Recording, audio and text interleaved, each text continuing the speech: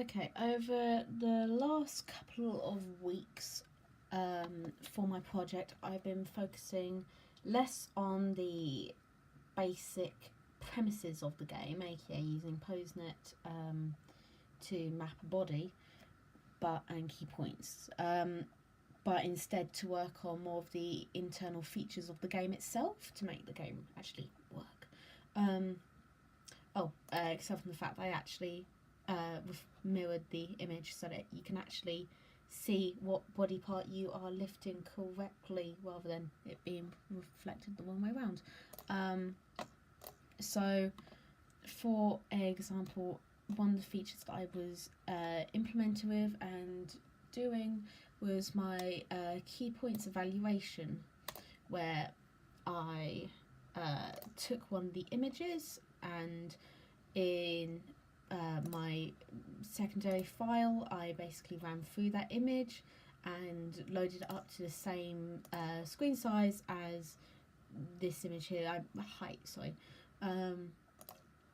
then I by hand, because of the fact that PoseNet wouldn't let me run it through the algorithm because of the fact that I can actually load the image, because of the fact that it doesn't work with various other methods for loading images, which is annoying. I mapped out all of the coordinates for the key points of the image and then double check that again, so I could then assess my key points against these ones. I also did a second amount for where I'm sitting at the computer just like this with my shoulders and my face showing, because of the fact that that's considerably easier to test. Then a full standing up body scale image like this. And so for the key points, I focused a lot on how to actually make sure that that worked, because of the fact that I created multiple errors coming across that to do with the looping and the cycles, and the fact that it lagged out the actual video a lot very easily, turns out. It's resulted in the fact that I can now see when different points match against different areas on the video, in comparison to the key points that are detected here, because of the fact that I assessed them like a vector so that it's not to do with the key point itself. So for example, somebody can make the shape over a corner of the screen or the bottom corner of the screen or anywhere on the screen, and because of the fact that the distance between two key points are equal to the image, it would still register correctly, meaning that you're not limited to a small section of the screen to actually correctly display your body.